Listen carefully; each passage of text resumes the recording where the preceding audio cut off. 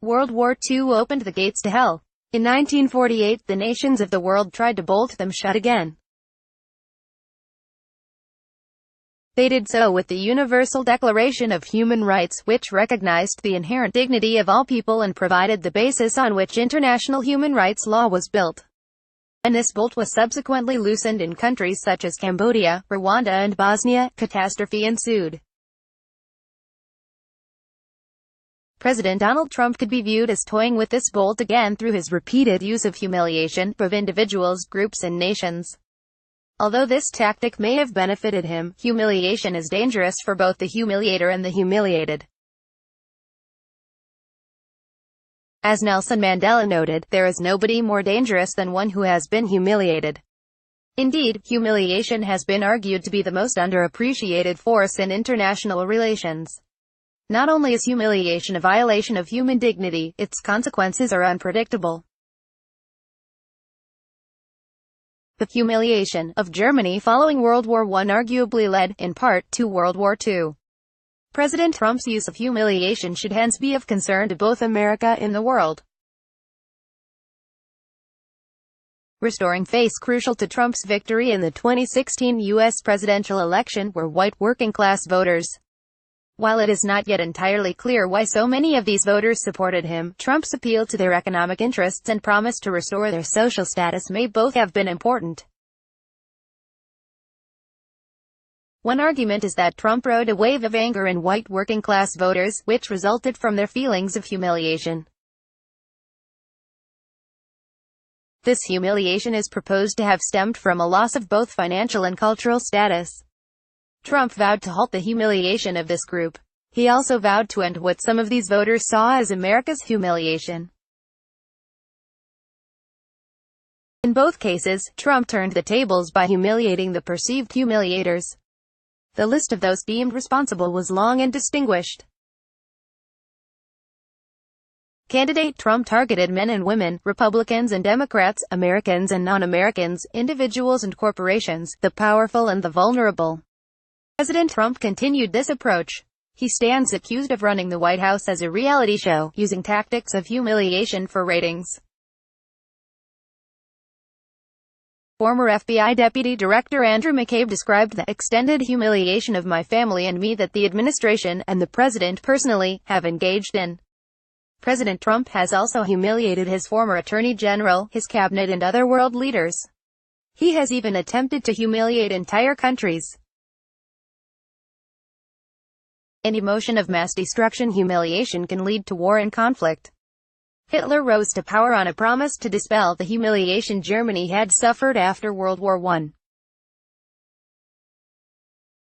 Henry Kissinger's explanation of why the U.S. did not foresee the Yom Kippur War was that our definition of rationality did not take seriously the notion of Egypt and Syria starting an unwinnable war to restore self-respect. Militant Islamists use feelings of humiliation to promote jihad. Humiliation can ignite a tinderbox, both locally and globally. Shudder shock on the face of it, this is surprising. Humiliation often leads to shame, which is associated with a desire to withdraw, hide or submit. But in individualistic cultures, such as the U.S., experiencing shame often leads to anger. This is because in individualistic cultures shame is to be avoided. It signals flaws and dependence upon others' opinions. To avoid the appearance of flawed character, shame is often converted to the more acceptable emotion of anger. In other countries, such as Japan, shame is less likely to be transformed into anger. Some individuals who are shamed will explode with humiliated fury. This is more likely if the person has high levels of narcissism. Such people have grandiose views of themselves, a strong sense of entitlement, and seek to exploit others. They are strongly motivated to maintain their self-esteem and deflect shame by placing blame on others, whom they rage against. Of course, shame isn't necessary to feel anger after humiliation. If you believe that what was done to you was not deserved, you will likely feel anger without having to suffer shame beforehand. The results of humiliation-induced anger are also unpredictable. They may help contribute to positive activist movements, such as Black Lives Matter in Trump's use of humiliation has the potential, then, to trigger an extreme and unpredictable reaction, including on the global stage. It also risks setting a social norm in which humiliating people is acceptable. All this undermines the concept of inherent human dignity and risks a conflict in which people are accorded no inherent value. Fighting for dignity. Trump is not alone in humiliating people. Neither are parts of the white working class the only people who have felt humiliation. Indeed, the main focus of Hillary Clinton's identity-based 2016 election campaign was to remedy the deep-seated systematic humiliation experienced by many women and African Americans. But why are so many people either feeling humiliated or humiliating others? Humiliation is a weapon of hierarchy. Part of the answer hence lies in the power disparities present in the hierarchical structure of American society. Trump's policies will only increase these.